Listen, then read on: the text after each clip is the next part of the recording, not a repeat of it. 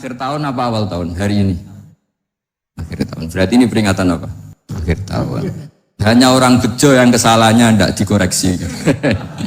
Jadi ini alhamdulillah. Jadi ya tapi ini kesalahan yang tidak maksiat. Insya Allah dimaafkan Allah Subhanahu Wa Taala ini karena kesalahan itu ada dua, ada kesalahan yang maksiat, ada kesalahan yang tidak maksiat. Lalu kenapa saya kalau ngaji bawa kitab? Ini agak sebetulnya itu lazim. Lazim itu suatu yang harus. Tapi karena kelamaan balik itu tidak pakai kitab, seakan-akan bahwa kitab itu yang aneh. Sebenarnya aneh mereka. Karena begini logika simpelnya ya. Umat Nabi ini berhak dapat apa coba? Berhak dapat warisan yang paling luhur, paling hebat, paling jernih. Apa itu Quran dan hadis? Pertanyaannya, siapa yang paling punya hak otoritatif untuk menerangkan Quran hadis? Ulama.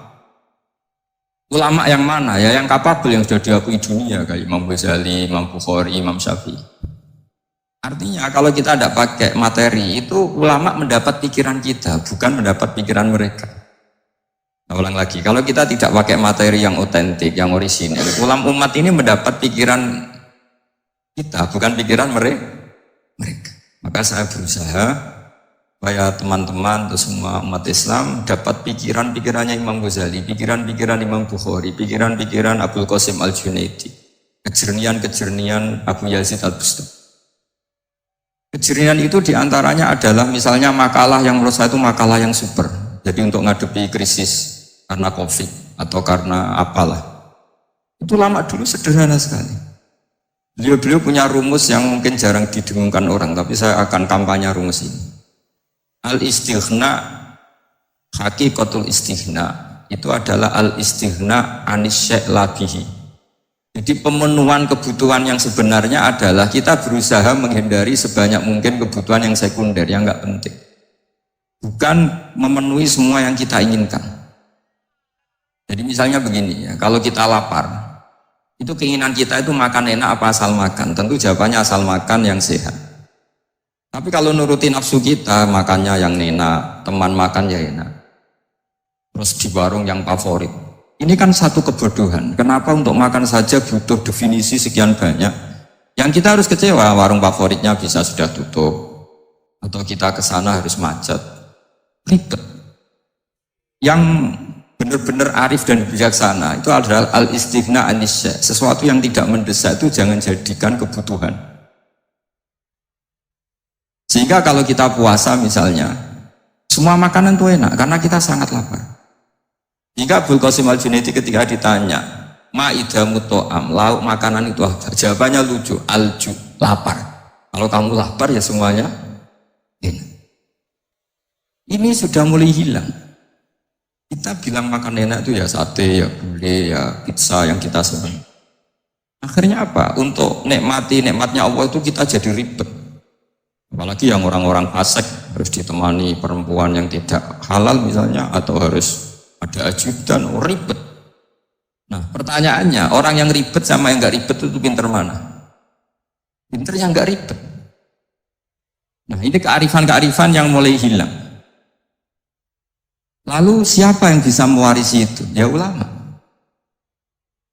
Jadi ulama itu cara berpikir sebenarnya simple. Makanya mereka sering kalau tahajud itu, di antara makalah Sayyidina Ali paling terkenal dan yang menjadikan beliau punya derajat yang luar biasa itu adalah kafani izzan an takuna li robban wa kafani fakhran an akuna laka abdan.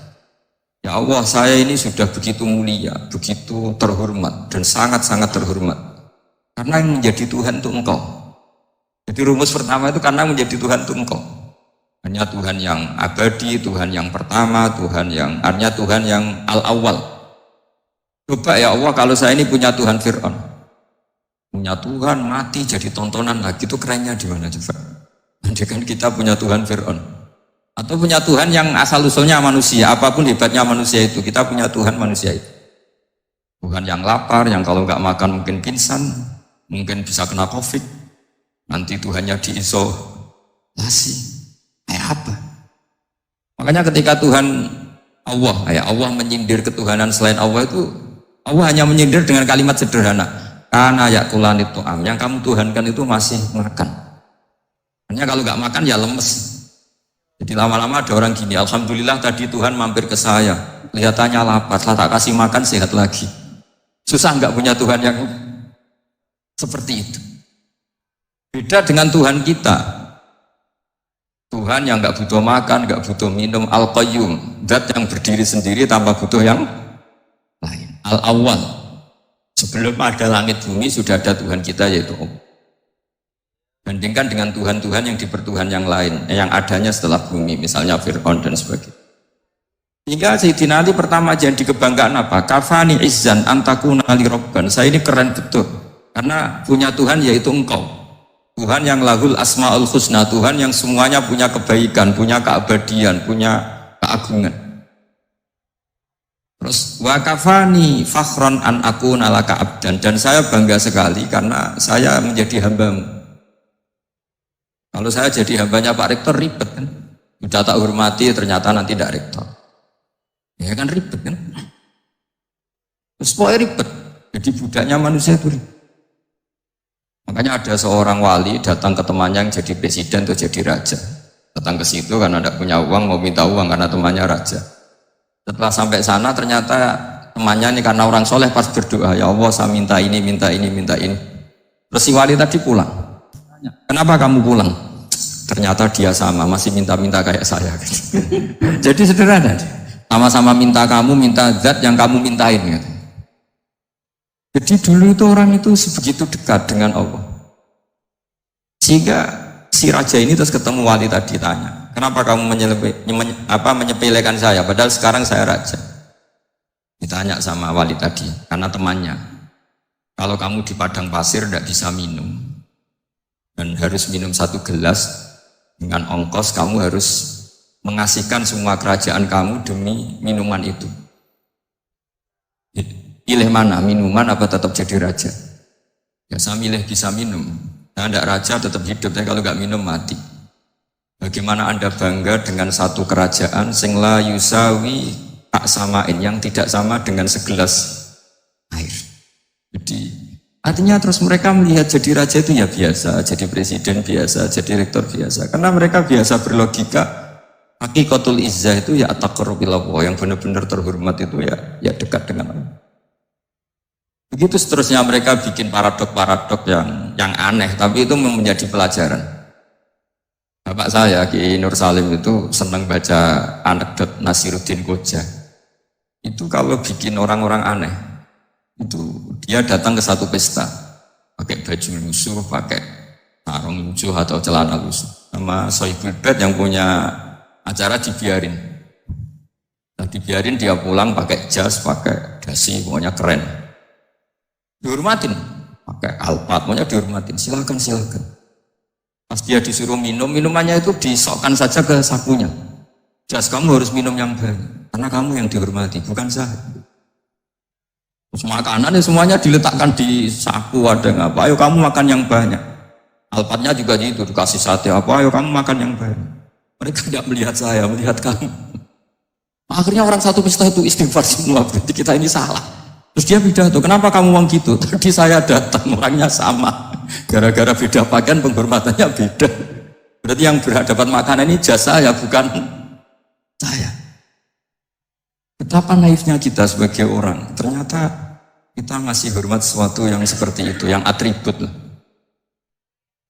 Jadi orang-orang sufi itu orang yang bisa menertawakan dunia. Akhirnya ya, pertama dia dianggap orang gila, masa jas dikasih makan, dikasih minum. Tapi secara fikih dia benar, haram dia makan. Karena pas dia datang dibiarin, setelah pakai jas dikasih makan. Berarti hakikat yang dapat rezeki siapa?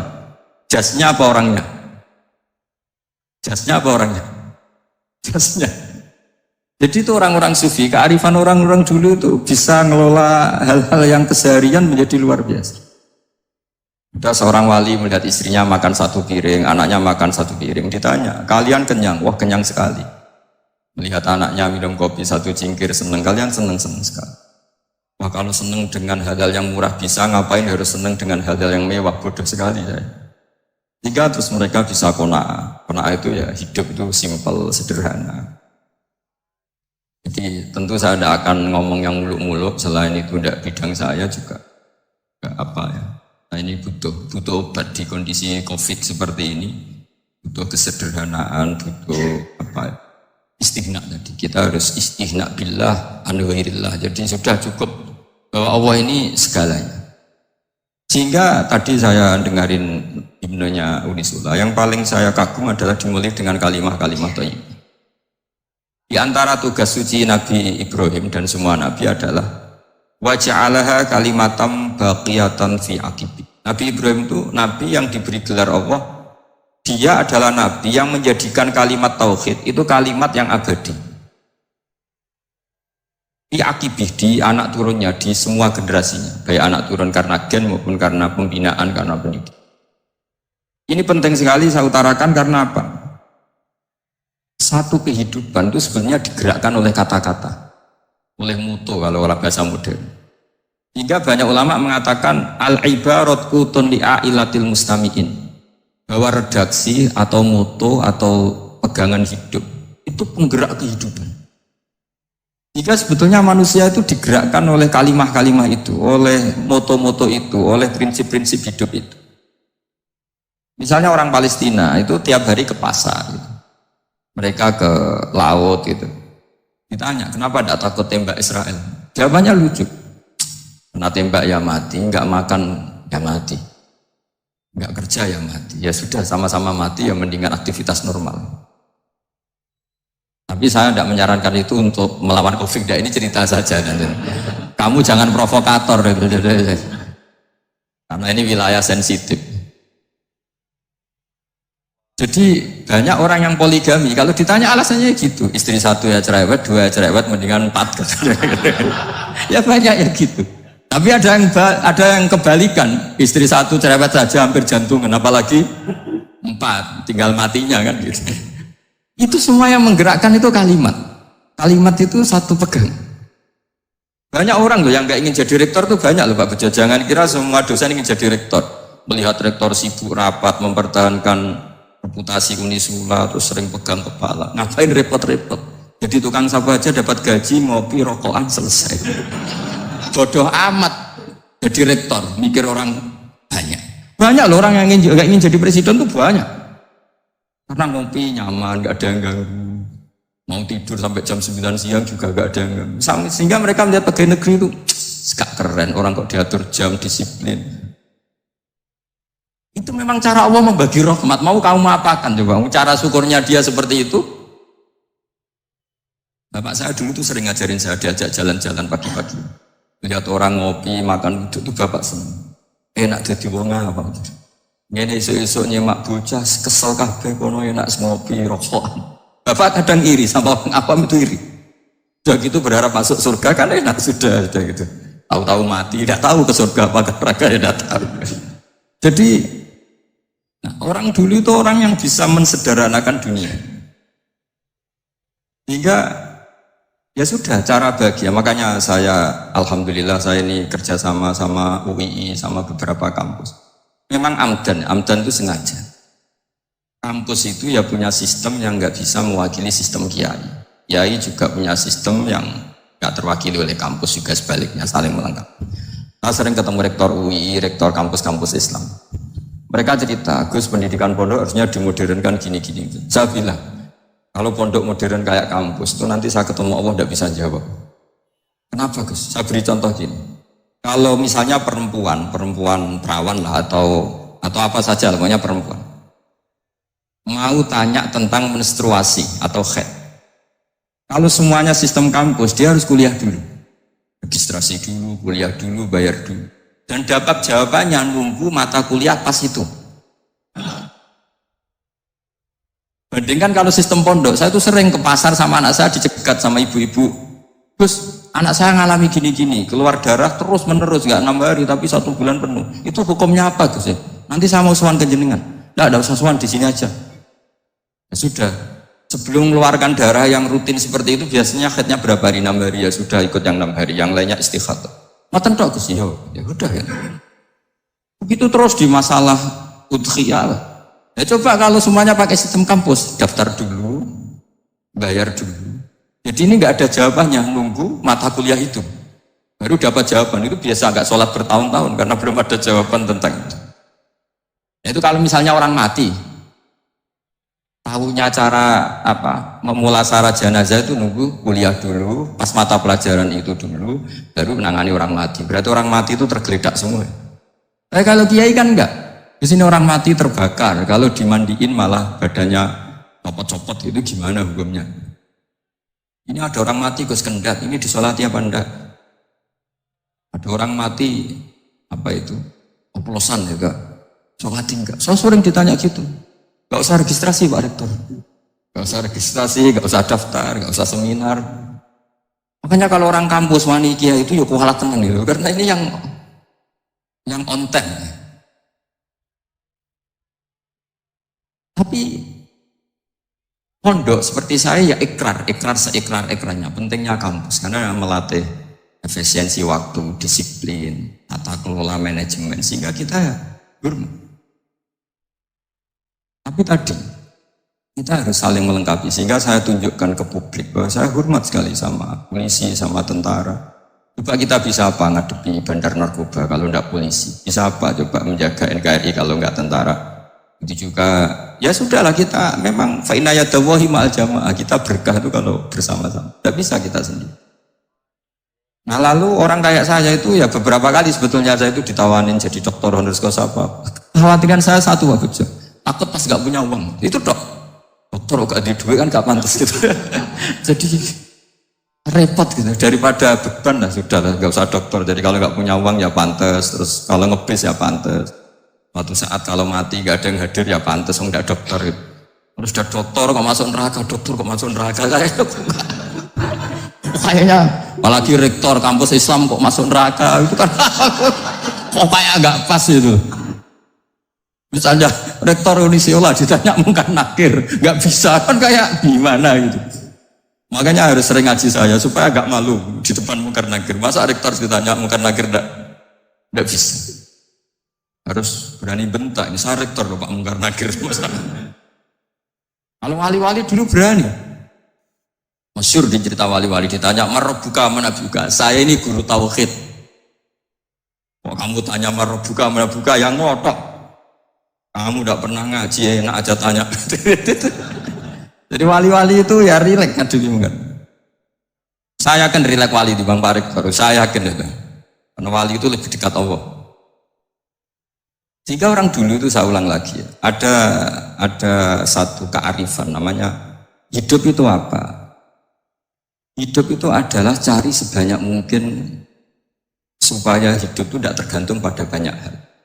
Jika misalnya cara berpikir orang-orang modern itu sebenarnya banyak orang-orang ilmuwannya nggak ngagumi Amerika, bukan karena angkuh enggak, untuk mempertahankan kebesaran negara sebesar itu, kebutuhan listriknya besar, kebutuhan tentaranya besar, kebutuhan apa? Sementara negara kayak Venezuela atau Swiss, kebutuhan pertanyaannya yang tergantung dengan banyak hal sama yang tidak tergantung banyak hal, itu pinter mana? Kalau dibalik pertanyaannya gitu, negara-negara maju itu tidak keren kalau dibalik pertanyaannya. Orang yang untuk mempertahankan eksistensinya banyak, butuh banyak hal, dengan yang tidak butuh banyak hal, itu pinter mana? Orang yang bahagianya nunggu jadi dokter, nunggu jadi kiai besar, kiai viral, dengan orang yang bahagia cukup dengan ngopi, itu pinter mana? Tapi kalau dibalik pertanyaannya, orang yang tahunya nikmat hanya kopi dengan nikmat yang banyak, pinter mana? Makanya Mbak Mun tuh kalau guyon itu lucu. Aku ikut saake, ambil desa sing mlebu swarga. Nah, dulu eskam mlebu swarga kok disakeni. Maksudnya beliau memberi penjelasan. Wong desa iku roe pakanan enak, iku mau kopi mbek uduk. Lah swarga iku mau nuruti sing dikarepno. Akhirnya wis mau mangan, wis ngopi, mudu, ngopi, ora roh pakanan liyane ku ora roh. Nasi mandi yo ora roh, pizza yo ora roh apa-apa. Terus saya bilang, wah, lah niku nak nganti selera tentang wanita cantik. Iku juga sederhana. Rodok pesek ya wis cantik, rodok ireng ya wis. Apa bidadarinya seperti itu? Karena saking enggak pengalamannya. Jadi surga itu kan nuruti apa yang diinginkan. Kira-kira keinginan orang kampung kalau di surga itu apa coba? Makanan apa aja? Nah, aku nak senengnya ketemel gemblong gitu. Nah, artinya malaikat lebih suka menangani surganya orang-orang kampung timbang Pak Rektor. Ini sudah ribet ini. Makanan apa saja sudah dicoba. Kalau di mall tahu orang macam-macam, seleranya macam-macam pasti itu. Enak mana kalau sama jadi malaikat pelayan surga? Suka melayani orang kampung apa yang orang kota? Orang kampung kan? Jadi ya itu guyon tapi itu menjadi pikiran kita bahwa orang yang banyak kebutuhan itu sebetulnya banyak kebodohannya karena menggantungkan kebahagiaannya dengan banyak. Makanya Imam Syafi'i ngendikan istighna itu apa? Al istighna anisya'i, yang dikatakan kecukupan adalah berusaha sebanyak mungkin banyak hal tidak kamu butuhkan, bukan memenuhi semua kebutuhan kamu, karena nafsu kamu ini tidak ada batasnya gitu. Kalau kamu penuhin nggak akan selesai. Itu ada perempuan yang kurang cantik itu minta doa saya, Gus doain suami saya kaya, terus tak guyonin, terus nggak minta. Kalau suami kamu kaya, yang pertama dirubah itu apa? Rumah, supaya rumah saya bagus. Kedua apa? Mobil, supaya mobil saya bagus. Nanti yang dievaluasi itu kamu. Mobil bagus, Alphard, rumah mewah, istrinya kamu, pasti itu dievaluasi. Langsung nggak usah sudah gini aja kan. Jadi pertama yang dievaluasi itu kaya itu, coba kalau suami kaya itu yang dievaluasi pertama rumah ya, rumah ganti. Setelah itu apa? Mobil. Kira-kira berikutnya akhirnya sudah bagus, nggak jadi. Nabi Ibrahim itu pernah minta umur panjang, umur panjang. Sama Allah nggak dijawab. Datang orang tua gitu bertamu ke Nabi Ibrahim, terus disuguhi dikasih kurma. Apa itu? Kok kurma apa? Anggur yang sudah matang sekali. Ya. Dimakan, dimakan meler keluar lagi, dimakan lagi meler lagi. Terus Nabi Ibrahim masuk lagi ke kamar. Ya Allah, doanya tak cancel. Nanti kalau saya tua kayak itu. Jadi Allah itu gak jawab langsung tapi ngirimkan itu. Ya Allah gak jadi. Nanti takut itu. Saya pernah ngalami jadi kiai tadi, ada ibu-ibu ya gak pati cantik lah. Suaminya tuh miskin sekali. Minta doa saya supaya kaya, bareng tak kasih pertimbangan itu udah gak usah gak jadi. Jadi itu kearifan. Tapi kearifan ini harus kita tanamkan. Saya nggak bisa membayangkan Indonesia yang besar ini, andai kan tidak ada konak nerimo ing pantun. Coba sekarang ada COVID. Andai kan Indonesia itu kayak Perancis. Beberapa kali punya tamu orang yang hidup lama di Perancis, bahkan dapat istri orang Perancis. Dulu nggak begitu mencintai Indonesia. Tapi setelah di Perancis 2 tahun, wah Indonesia hebat. Di Perancis itu kata dia kalau cerita, kebutuhan masyarakat itu dibebankan ke negara. Apa saja tentang negara, apa saja soal negara. Sementara Indonesia, coba kalau Indonesia mengalami seperti ini, kok tidak ada ponaan rimo ing pantum, bisa kios Indonesia. Orang miskin nyalahkan negara, kelaparan nyalahkan negara, apa saja. Ini barokahnya dididik kiai, jogeman nyalahno wong liya. Urip romo ing pantum, ya amin. Sampai gak ngerti kalau COVID. Banyak tuh orang-orang kampung, orang lugu-lugu. Wah niki saking kopi, salam nih kopi, muga-muga umure panjang. Dikira COVID itu nama orang yang ahli sosial itu. Wah niki dana saking COVID. Matur nuwun sampai no salam Gus, muga-muga umur panjang. Bingung kan yang nganterin ini. Ini gimana yang mau menjelaskan? Memang nggak paham. Tapi saya pastikan bahwa dengan keadaan seperti ini kita bahagia, kita stabil, itu jelas barokahnya kalimah tadi, muto tadi atau pegangan hidup. Makanya disebut al-ibarat utun li'ailatil mustami'in, bahwa redaksi atau kata-kata atau pegangan atau filosofi hidup, apalah namanya itu adalah penyemangat. Karena kata ini memang luar biasa. Ketika sahabat perang demi kebenaran, zaman itu ya pasti benar karena yang dibela Nabi. Dulu itu kan enak zaman Nabi, yang dibela mesti benarnya, musuhnya mesti salahnya. Jika dulu itu memang harus tegas. Kalau sekarang mau tegas gimana? Yang kamu bela tidak mesti benar, musuhnya tidak mesti salah. Ribet kan kalau misalnya saya tukaran sama Pak Rektor, kamu mau bela mana kan bingung. Saya tidak mesti bener, saya tidak nabi. Pak Rektor apalagi nggak mesti bener lagi kan? Ribet kan? Jadi kalau kita mau perang sekarang itu mau pede gimana? Enggak. Makanya banyak ulama sekarang tuh mau tegas tuh nggak berani karena ya banyak hal yang abu-abu lah wilayahnya, misalnya pilihan presiden atau pilihan bupati, pilihan menteri.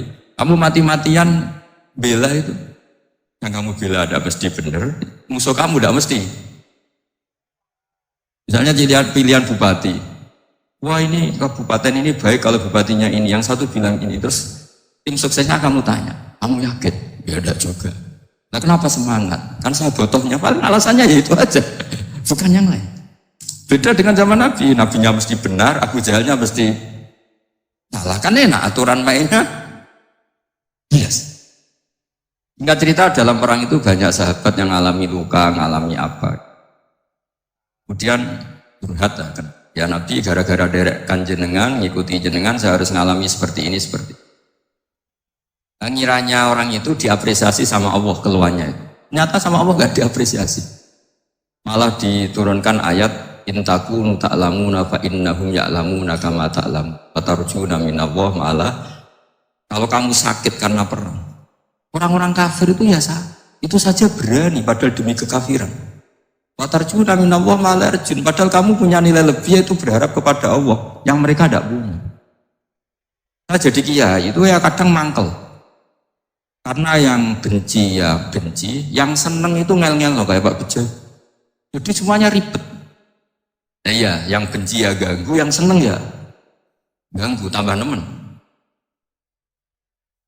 Ribet.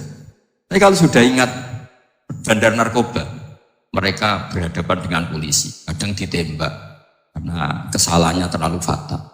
Antar persaingan mereka juga bisa tembak-tembakan karena merebut pasar narkoba. Itu saja mereka berani. Kok kita jadi kiai kadang dicium tangannya, dihormati gak berani, hanya takut apa ya, musibah-musibah kecil lah, atau problem-problem kecil. Nah iya, kalau kita bandingannya gitu. Kalau kamu mau tahajud kedinginan, itu masih nanti dihisab Allah itu gitu. Maling ayam itu keluar malam-malam, hanya dapat ayam. Itu gak takut dingin. Ya gak takut digebuki masa. Kamu mau tahajud aja takut dingin. Makanya nanti hisabnya orang soleh itu nanti dijajarkan orang dolim. Terus diperbandingkan. Wah itu habis kamu oleh itu. Jadi misalnya Munisola mau rapat, tapi ini malam, kalau malam dingin nanti saya masuk angin. Wah anak-anak pan di perapatan aja berani kamu. Kalau sudah perbandingannya gitu tuh ribet kita nanti. Makanya itu kalimat itu moto atau filosofi hidup.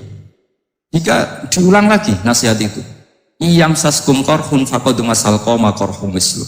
Kalau kamu kena luka, orang-orang yang nggak benar juga akan kena luka. Itu aja berani demi ketidakbenaran. Masa kamu demi kebenaran enggak? Akhirnya orang itu, ya itu kalimat, itu heroik. Makanya kita ini penting ya, makanya tadi himne Unisula dimulai kalimat-kalimat thayyibah.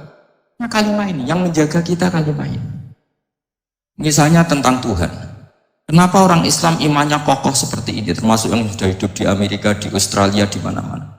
Itu ya barokahnya ajaran atau barokahnya kalimah. Saya sebut kalimah saja, pakai bahasa santri. Karena la ilaha illallah itu dalam tradisi santri disebut kalimatu haqqin aliyah nahya wa aliyah namut wa aliyah nub'ats. Ada yang riwayat wa biya nub'ats insyaallah ta'ala minal aminin. Kenapa mereka di mana-mana meskipun sekolah di Amerika, di Australia, bahkan di Uni Soviet tetap mukmin? Itu barokahnya ajaran yang benar. Allah itu siapa? Tuhan. Tuhan itu sifat dasarnya apa? Awal. Dia harus wujud awal sebelum makhluk yang lain. Sehingga ketika ada negara yang maju, yang tertib, manajemennya tertib, masyarakatnya makmur, tapi punya Tuhan yang tidak seperti itu, tidak awal, itu sudah gak nyaman. Karena udahlah keren Tuhan saya, karena Tuhan saya itu al-awwal, zat yang Tuhan saya keren lah, zat yang gak mati. Tuhan yang gak mati, yang gak pernah mengalami kematian.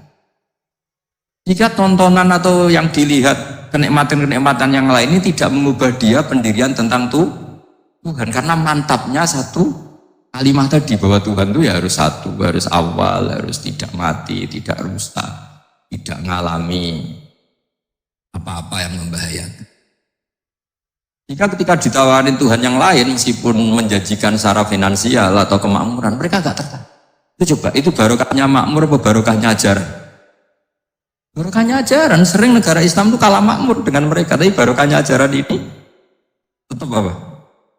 Tetap Islam. Makanya Nabi Ibrahim, Nabi yang sukses bikin waja'alaha kalimatam baqiyatan fi aqibih.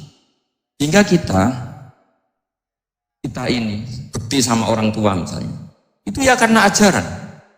Keluargamu itu karek wong tuamu, nak wong tuamu ridho, Allah ridho, nak ora ridho, Allah ora ridho. Ridho wa fi ridhol walidain wa sakhatu wa sukhtu wa fi sakhatil. Sehingga ketika ada orang tua yang agak brengsek gitu, anak-anak tetap hormat. Punya orang tua yang miskin, yang sudah miskin, tukang tombok nomor, banyak kan di kampung gitu. Ya tetap hormat. Coba kalau dari awal kita ngajari orang tua kamu hormati, ya kalau baik, kalau tidak usah. Bisa geger Indonesia. Tapi barokahnya ajaran-ajaran itu Indonesia tertib karena ada ajaran. Ini di sini pesantren dan Unisula semua harus berkontribusi membuat ajaran yang benar itu adalah ciri utama Islam. Hingga Islam ini dimulai dengan ajaran kalimatu haqqin alaiha nahya wa alaiha nahya. Hingga kita tenang seperti ini. Saya ini termasuk kiai yang tenang. Meskipun kata orang banyak saya ini kiai besar, tapi termasuk kiai yang paling tenang. Termasuk yang paling tenang. Karena saya ini pakai mazhab orang-orang hebat. Saya berkali-kali cerita, orang kayak Imam Syafi'i itu orang yang luar biasa. Saya berkali-kali cerita. Orang yang tadi nyium tangan kamu ya Imam Syafi'i, di belakang tuh ngerasani kamu, menghujat kamu. Jawabannya enak saja. Berarti saya alhamdulillah orang yang wibawa. Buktinya di depan saya nggak berani. Jadi enteng saja. Diceritain sebagian kampung, sebagian separuh dari warga kamu itu gak suka kamu. Ya bagus lah gak suka saya, gak akan utang duit saya. Dimana-mana orang utang itu karena teman dekat. Kalau gak seneng pasti minimal gak utang, gak pinjam mobil, gak pinjam. Berkah mana yang seneng sama yang gede? Jadi dianggap enteng saja. Semua yang dialamin dianggap enteng saja. Hanya punya istri pemarah, ya bagus lah marahin suami. Kalau marahin tonggo malah ribet. Jadi kamu harus terima kasih kalau dimarahin istri. Bagus lah marahin saya mah, kalau marahin tonggo ribet. Jadi enteng saja. Tapi kita sekarang tuh karena nafsu ya, sehingga menghadapi hidup ini ribet. Ulama dulu kalau mau mati itu senengnya bukan main. Udah lama saya ini ingin gak maksiat. Kayaknya gak maksiat paling efektif itu mati. Ya apa-apa Gusti, kalau sebaiknya mati ya mati aja. Enteng saja, jadi melihat kematian itu akhir dari segala keburukan atau potensi keburukan. Apapun baik kita sekarang, suatu saat mungkin kita nggak baik. Yang bisa menghentikan ketidakbaikan atau potensi ketidakbaikan itu apa coba? Mati kan? Berarti mati itu mengerikan apa menyenangkan? Kamu tidak berani menjawab. Meskipun secara ilmu kamu berani, tapi secara rasa nggak berani kan? Saya ulang lagi ya, yang bisa menghentikan keburukan atau potensi keburukan itu apa coba? Apa? Kematian. Berarti kematian itu menyenangkan atau menyusahkan? Apapun kamu udah berani jawab karena kamu agak-agak duniawi itu kelihatannya. Tapi secara ilmu, kamu tahu kan kalau mati itu tidak buruk-buruk banget. Karena apa? Itu akhir dari segala. Sehingga Nabi ngajarkan kalimat itu begitu luar biasa. Allahumma ahyini maka natil hayatu khairan li wa tawaffani maka natil wafatu khairan li. Nabi melihat dunia itu begitu indah. Ya Allah, kalau saya ini hidup, anggap saja hidup ini ziyadatan li fi kulli khairin, menjadi modal saya menambah segala kebaikan. Jika suatu saat saya mati, anggap mawon rohatan li min kulli syarrin, itu akhir dari segala keburukan saya. Jika mati hidup ya baik karena di situ kita bisa berkontribusi beramal soleh. Mati juga baik karena mengakhiri segala. Nabi nanti ngendikan lagi, ajaban di amril mukmini inna amrahu kullahu khair. Orang mukmin itu mengagumkan, semuanya baik. In asobathu na'ma syakara fakana khairan lah. Kalau baru dapat nikmat, dia syukur, maka itu baik. Wa in asobatu dorro sobaro, kalau dapat masalah mereka sabar, itu juga baik. Jika orang mukmin dua sisinya pasti, itu juga kalimat, maksudnya moto atau pegangan hidup. Nah berikut ini saya beri contoh, ini kenangan saya, ini contoh terakhir. Masalah jadi orang terkenal maupun tidak. Di sini dicontohkan Imam Ghazali di halaman 367 di kitab saya 367, juznya 3 di kitab Ihya Ulumuddin. Di sini beliau cerita betapa untuk menjaga ikhlas sebaiknya orang itu tidak terkenal, tidak syuhrah, tidak terkenal. Oke, itu kita sepakat ya, karena kalau terkenal mungkin orang dipaksa publik dengan tanda kutip untuk selalu berbuat baik, tapi karena jaim lah, jaga image atau apa. Tapi ketika dibalik pertanyaannya, kamu rela yang terkenal itu orang nggak benar, sementara yang orang benar itu nggak terkenal. Lalu masyarakat taunya yang tidak benar. Kalau pertanyaannya dibalik gitu, orang baik wajib terkenal enggak? Kalau pertanyaannya dibalik seperti itu, dokter yang benar tidak terkenal, yang malpraktek terkenal. Kamu ingin kondisi seperti itu? Gak ingin kan? Kampus yang bagus nggak terkenal, kampus yang bagus nggak terkenal, yang nggak bagus. Nah, artinya apa? Gara-gara olah kata, olah pikiran, ini logika jadi rubah. Lagi-lagi apa? Jawaban itu ada di kata-kata sebetulnya. Makanya bab-bab seperti ini tidak usahlah kita berdebat, berpolemik. Sebaiknya orang itu humul, menutup diri, apa sebaiknya orang terkenal, itu nggak perlu seperti itu. Udah terserah Tuhan saja. Makanya saya mulai dulu ngaji sampai sekarang itu ya tidak punya punya ikon tertentu atau punya website tertentu, enggak. Sudah terserah pangeran. Saya juga tidak sok suci materialistik atau enggak, ya tidak mikir saya. Bukan apa-apa ya, karena saya ini kiai, jadi biasa urusannya sama Allah, tidak sama makhluk. Jadi pusing kalau sama saranya makhluk itu pusing. Meskipun rektor kalau nasihati saya pasti tidak saya terima, itu tetap makhluk, itu sudah ada ngefek kalau saya itu sudah ada itu. Bukan karena saya sombong, ya memang makhluk betul gitu, bukan mak nasibnya bejo aja, tapi makhluk tetap makhluk. Saya beri contoh ya. Ini makalah yang ditulis Imam Ghazali. Ya, i'lam aslahaka Allah anna aslal jah wa intisarus sayyid atau sayyidi wal istihar. Wa huwa mazmum. Balil mahmudu al-khumulu illa man syaharahu wa ta'ala li nasri dini min ghairi takallufi talabi syuhrati min.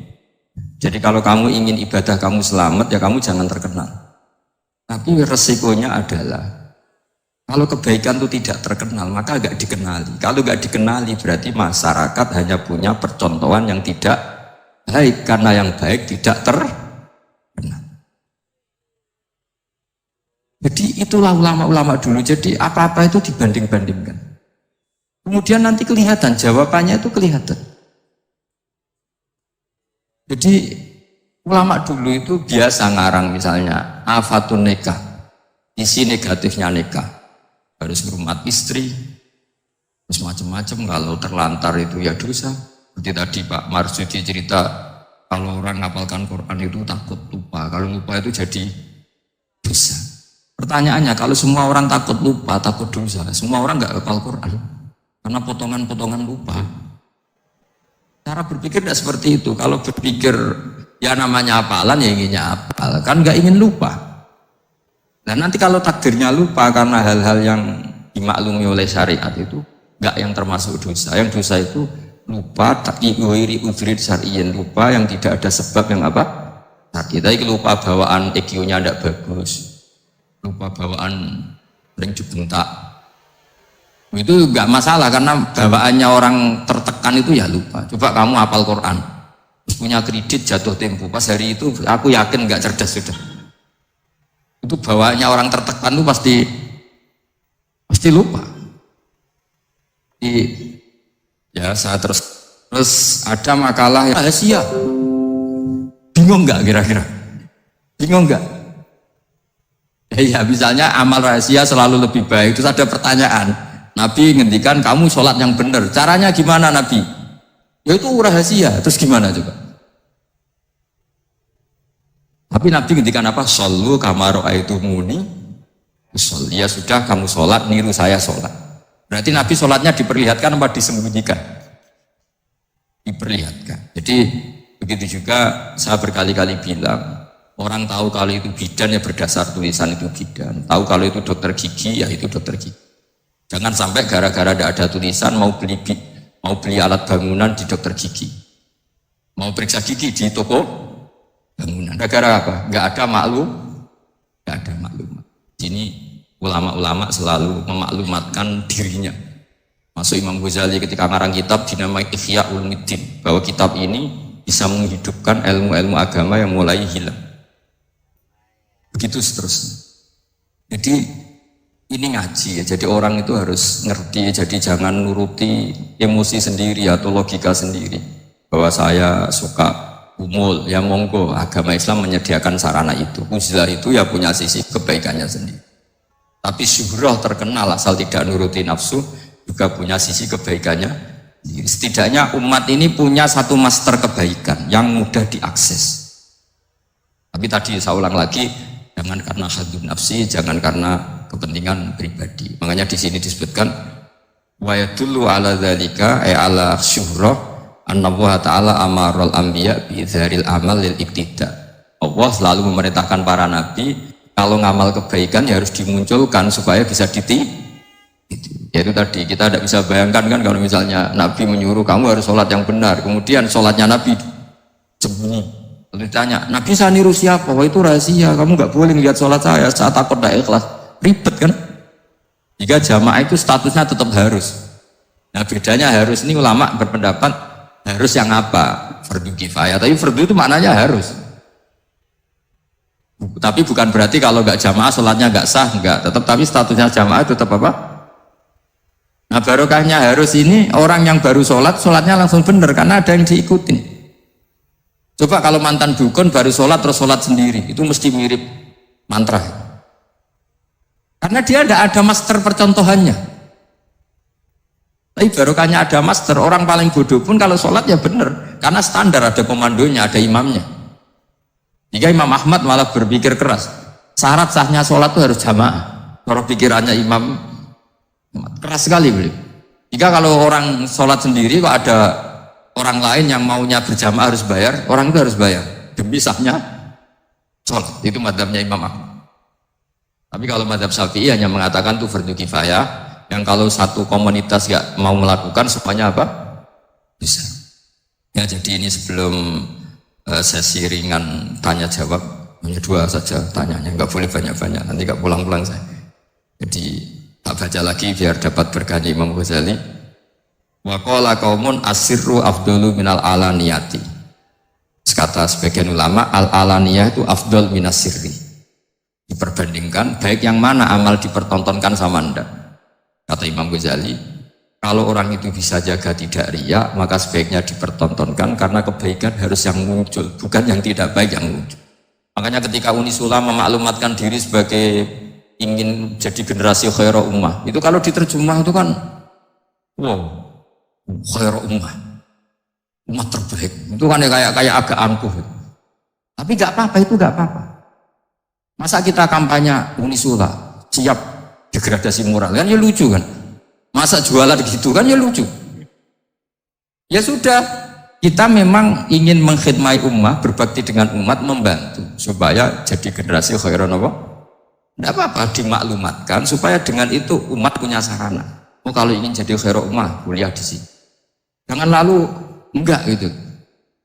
Ya sama kita dokter, maklumatkan saja dokter gigi, dokter kandungan, dokter bedah. Jika orang kalau mau bedah ya jangan ke dokter kandungan. Jadi barokahnya maklumat ya. Jadi saya mohon sekali ini. Saya sendiri sebetulnya orang yang enggak siap terkenal sebetulnya, tapi ya sudah terserah Allah saja.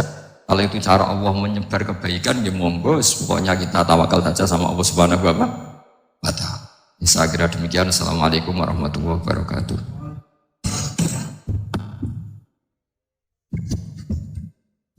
Matur suwun, Gus. Alhamdulillah sesi tanya jawab. Gus, 2 nggih. Ya, ini ada dari Yogi Banjarmasin, satu tipe dengan Ahmad Banyuwangi, satu tipe dengan Rizka Pekanbaru. Yang dari Banjarmasin itu, Gus mohon izin ngaji lewat jarak jauh, baik melalui YouTube ataupun lewat medsos. Namun sanadnya bagaimana Gus? Sebab masa kini belum bisa ketemu langsung. Terus Rizka Pekanbaru ini trik mendidik akidah anak sejak dini pripun. Terus Ahmad Banyuwangi ini bagaimana kaum milenial, karena setipe Gus, generasi X Z yang lahir tahun 2000-an, bagaimana membuat menarik belajar tasawuf bagi generasi anak-anak. Tapi setunggal tipe nih tasawuf. Bagaimana belajar tasawuf untuk generasi-generasi yang nom-nom nih. Terus satu itu setipe dengan mendidik anak.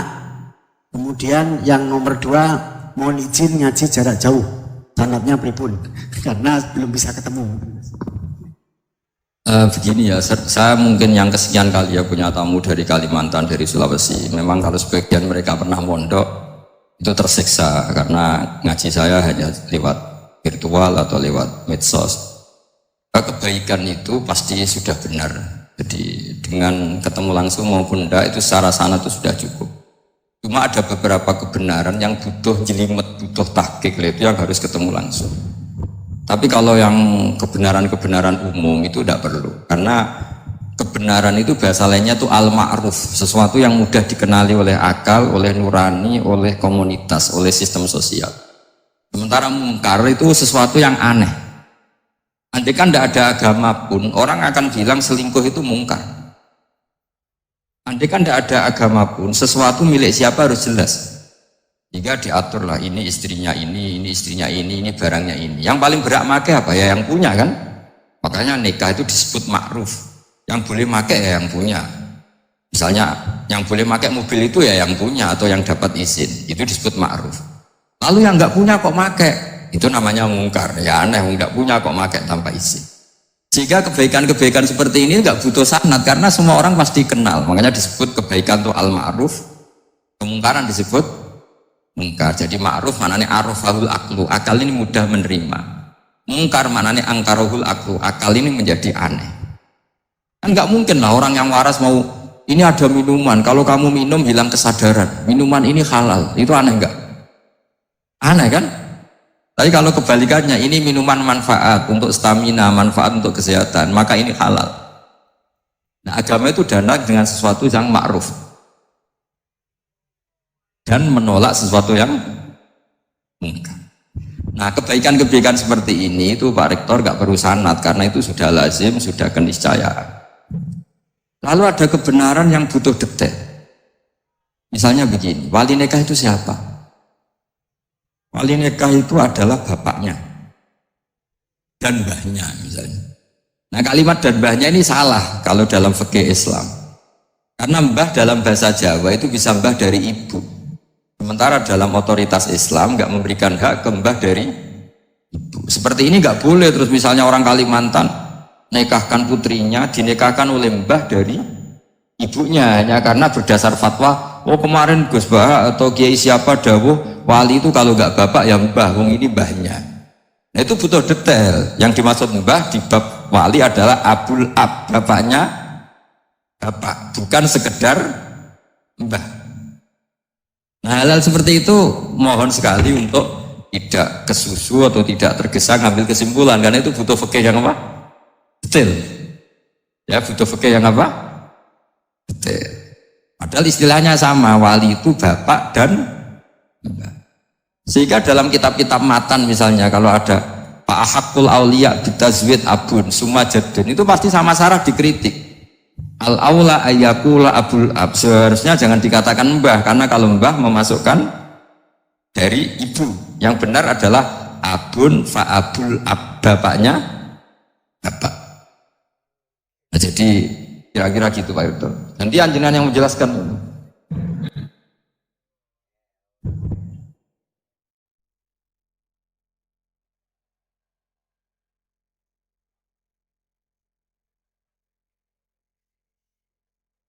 Ya kayak tadi, tasawuf maupun tauhid maupun ilmu moral apapun itu mudah sekali dididik. Ciri utama agama ini itu ad-dinu yusrun, agama itu mudah. Mudah itu artinya ya nurani nerima ya gampang, akal ya gampang, komunitas ya nerima gampang. Kayak tadi penjelasan saya tentang Tuhan. Ada orang miskin dari Indonesia, misalnya kuliah di Amerika. Dia mulai kecil tahu yang seharusnya jadi Tuhan itu siapa. Ya yang menciptakan langit bumi, sebaiknya yang jadi Tuhan itu siapa? Ya yang wujudnya paling awal. Kemudian dikasih alternatif Tuhan yang wujudnya ada tanggalnya. Keren gak misalnya? Kan terus gak keren. Tuhan sama buminya kok dulu buminya, kayaknya kok enggak lah kayaknya. Artinya barokahnya logika yang sehat ini kan, ya setahu saya hampir jarang kan yang murtad masalah tauhid gitu. Kalau moral banyak yang agak nakal, tapi secara tauhid jarang yang murtad karena tanaman logika tauhid itu mantap. Mulai kecil kan diajarin wujud, kidam, baqo, mukhalafatul lihawadisi, qiyamuhu bi nafsi. Sama, moral juga gitu. Dong jogeman misoi wong, kan adi misoi sakit enggak? Jangan pernah mencubit orang, dicubit itu sakit.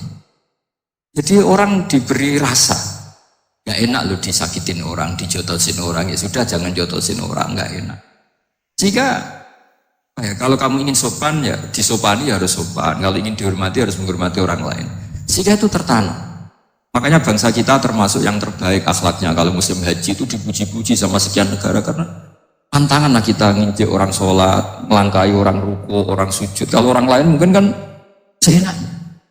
Iya, karena mulai kecil itu dilatih tidak boleh melangkahi orang, tidak boleh. Jadi akhlak itu ya diajarkan mulai kecil plus logikanya. Logika itu ya apa saja lah, yang penting menjadi anak kecil itu paham. Dan itu mudah, saya ulang lagi mudah, karena agama ini ad-dinu yusrun, agama ini mudah, jadi mudah dipahami. Nggak bisa kamu katakan misalnya tasawuf. Tasawuf itu ya gampang kayak tadi, seperti Bapak kalau ngendikan. Makanan yang membuat enak itu karena menunya yang mewah kamu cocok atau karena kamu lapar. Lama-lama orang kan berpikir ya setiap puasa itu kok tempe enak, tahu enak, tapi kalau sudah buka, sudah kenyang, apa saja semuanya menjadi tidak enak. Padahal kualitas menunya masih enak, tapi gara-gara kenyang menjadi enak. Berarti penyebab enak itu lapar apa menu? Lapar. Jadi apa ya, kearifan ini loh yang menjadikan luar biasa. Makanya tadi ada kalimat yang benar, wa ja'alaha kalimatam baqiyatan fi aqibi. Jadi Ibrahim adalah nabi yang sukses menanamkan filosofi kebenaran ke anak cucu. Nah, yang terakhir, nah.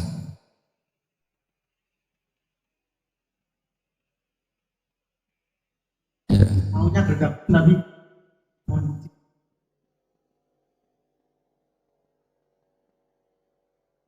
Oh, ya bagus lah kalau itu. Kalau di kitab-kitab yang saya baca, ingat mati itu tidak selalu baik, juga tidak selalu buruk. Malah kalau menurut Sayyid Abdul Al-Haddad, khusus yang para pelajar yang mencari ilmu itu nggak baik ibadahnya ingat mati. Karena dia harus dinamis, harus mobil. Kalau ingat mati kan terus lemes. Tapi kalau untuk pejabat harus ingat mati, kalau enggak korupsi terus itu. Harus ingat mati. Jadi kalau manfaat bagi keluarga begini ya, saya merasakan. Ini tanya anak saya itu baru tamat aliyah kemarin. Yang satu barusan mondok sarang baru 2 bulan atau 1 bulan.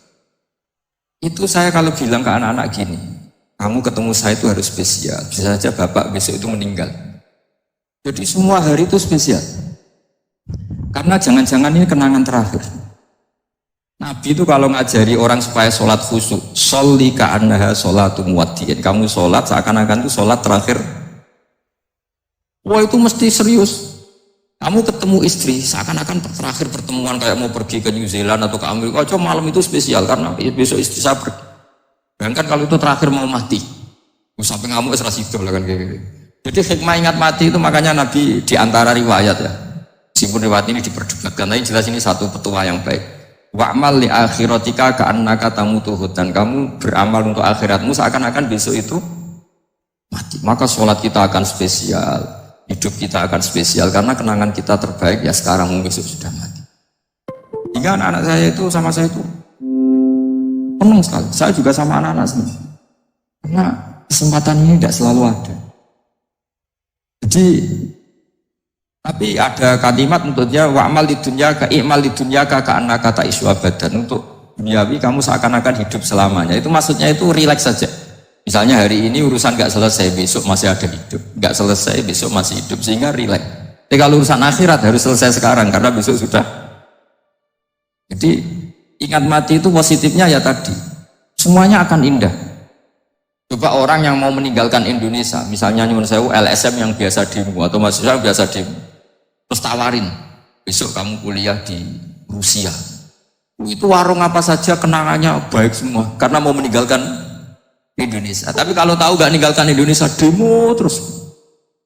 Orang-orang sering demo, tawarin ke luar negeri, kira-kira mau nggak? Pasti lebih suka apa? Indonesia. Orang paling miskin yang ngeluh terus di dunia ngeluh gak pernah nikmat, tawarin mati, mau nggak? Nggak mau kan? Jadi untuk supaya hidup ini nikmat, semuanya itu anggap kenangan terbaik Anda, dan itu saja kenangan terakhir. Hanya resepnya Nabi supaya sholat khusyuk apa? Sholli sholatan wadiin, kamu sholat ka'anha sholatum wadiin, seakan-akan itu sholat apa? Terakhir, sehingga terus kita nyaman, kita apa? Dan kita nganggap ini sholat yang terakhir. Nanti ternyata masih lagi. Sudah itu sholat yang terakhir lagi. Sehingga semuanya apa? Spesial. Assalamualaikum warahmatullahi wabarakatuh.